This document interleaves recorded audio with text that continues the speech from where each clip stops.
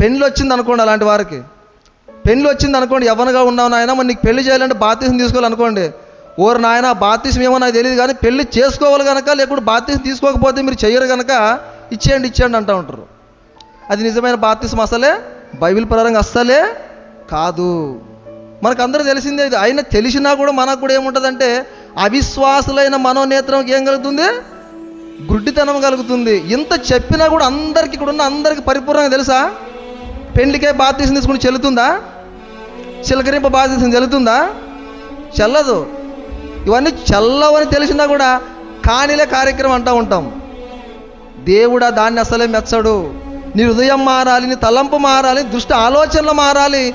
నీవు నీ హృదయంలోని దుఃఖించాలి, పాపాల గురించి నీవు ప్రలాపించి ఏడవాలి. అప్పుడు కదా నీకు రక్షణ వస్తుంది. అప్పుడు కదా నీకు పరిశుద్ధాత్మ దేవుడు అనుగ్రహిస్తాడు.